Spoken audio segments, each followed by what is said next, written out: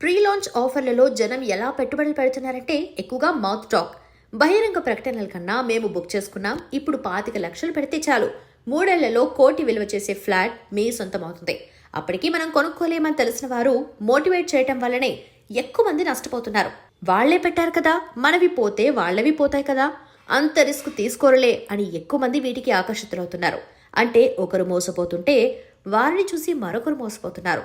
ఇదో చైన్ సిస్టమ్లా జరుగుతుంది. ఈ ప్రీ లాంచ్ ఆఫర్లకు లాంగ్ టైం ఉంది. 3-4 ఏళ్లు గడువు పెట్టుకున్నారు. ఇంటిని రాత్రికి రాత్రి నిర్మించడం సాధ్యం కాదు అనే విషయాన్ని బిల్డర్లు చెబుతున్నారు. కానీ గడువు ముంచుకొస్తున్నా పనులు చేయకపోతున్న విషయాన్ని ప్రశ్నించడానికి మాత్రం అవకాశం కల్పించడం లేదు. డబ్బులు కట్టిన వారు కూడా గట్టిగా అడిగితే దిక్కున్న చోట చెప్పుకోండి అని అంటున్నారేమోనని భయపడి బతిమాలుకుందేందుకు ప్రాధాన్యం ఇస్తున్నారు. ఇలాంటి ప్రీ లాంచ్ ఆఫర్లతో నష్టపోయిన వాళ్లు 1000 మంది ఉన్నారు. 1000 కోట్లు వసూలు చేశారు. వీరందరూ రియల్ ఎస్టేట్ మార్కెట్ కు ఎవరూ చేయనంత నష్టం చేశారు. ఇప్పటికైనా ఇలాంటి ప్రీ లాంచ్ మోసాల్ని అరికట్టేందుకు అధికార యంత్రాంగం ముందుకొస్తే తప్ప ఇల్లు కొనుగోలుదారులకు భరోసా లభించదు.